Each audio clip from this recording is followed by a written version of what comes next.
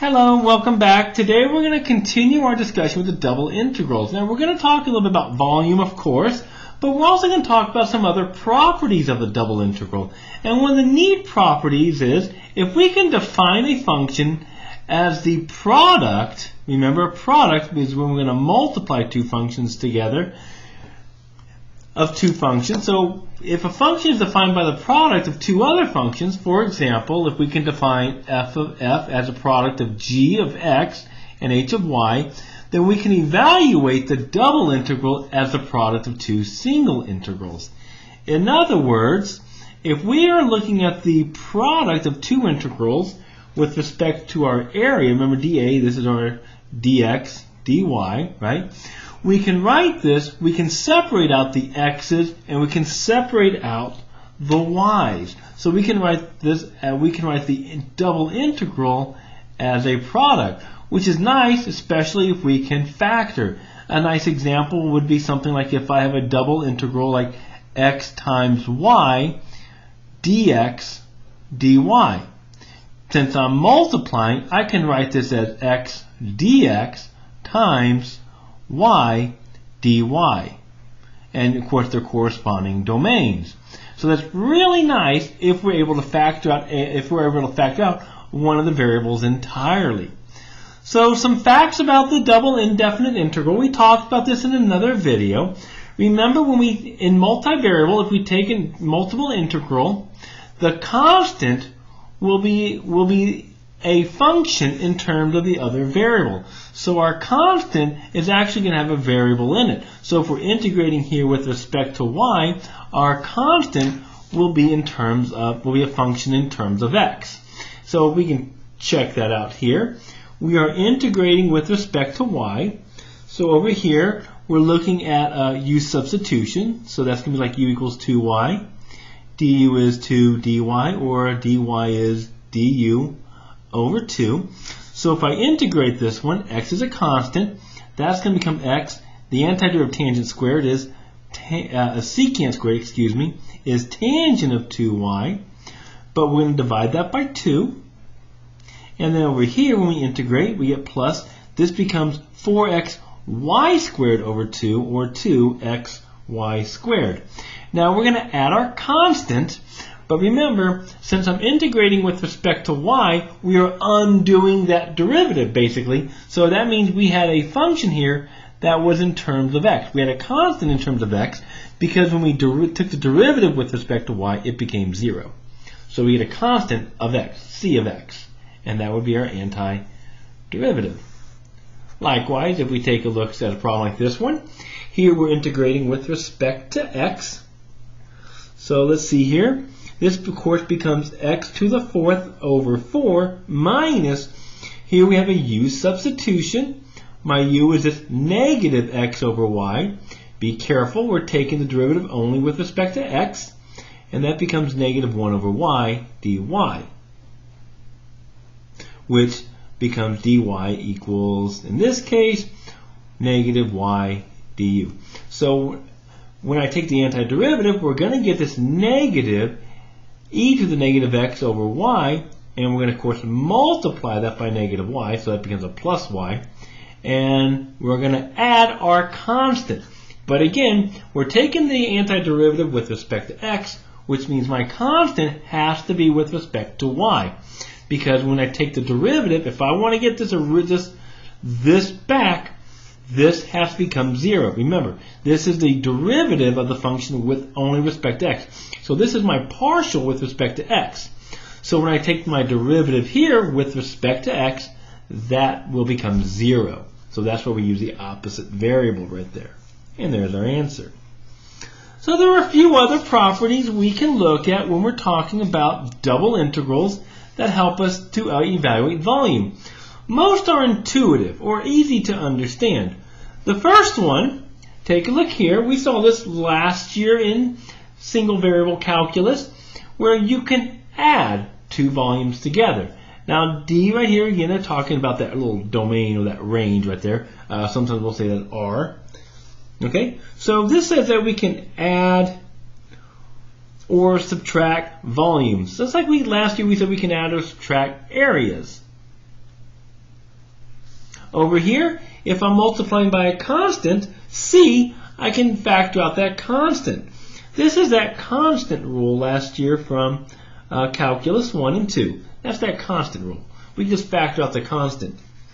And the other one is a big one for us. If our original region here, we can split it to region 1 plus region 2. So this is saying that we can split a region. This is mainly important if we have, like, and we saw this last year, like if I'm looking for, like, the area here, we can split where they intersect. So it's the same concept in multivariable as well. All right, so let's take a look at an example on volume and see how we can apply these little properties right here. So let's see here. For our first example, we want to evaluate the volume of a non-rectangular boundary. Now, we saw rectangular boundaries in our notes yesterday. We even saw some where we had like a line, something. So the process is still the same. So let's say we have this function. Here's R. Remember, R is my region. And they're telling me this time R is bounded by the graphs of the square root of x and x cubed. And of course, this is dA. That's our little area problem. So we're going to rewrite this, of course. So the first thing we want to do is we want to find R. So R is the bounds. That's from the base, right? From yesterday's notes. So we need to examine the base and create two inequalities for the x and y limits of integration. Same thing we did yesterday. But the best way to do it is to sketch the base. So I'm going to graph this. The first graph is y equals the square root of x. Go big or go home. There's our square root of x. Our second one is y equals x cubed. So it kind of comes down like this and goes up. There's x cubed. So we're looking at the bounds created by their intersection, which is, of course, right there. Oh, excuse me, hiccup. So there's my base.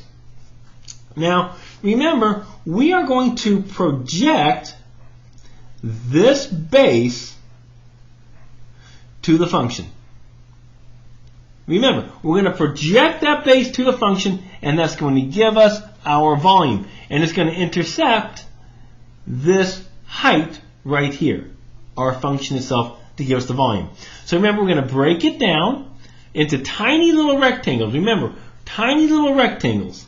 So I draw my vertical rectangle. Now I am going to use a vertical rectangle because I'm in terms of x. So I'm going to use a vertical rectangle, again, because we are in terms of x.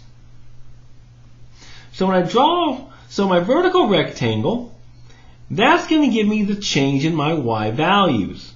So I can get the change in my y values. Well, there's the bottom. The bottom is my x cubed graph. The top is my square root of x. So there's are the bounds on our y function right there. Next, I need to get the change in the x values. Well, remember, this rectangle is moving to the left and to the right. I think I got those backwards.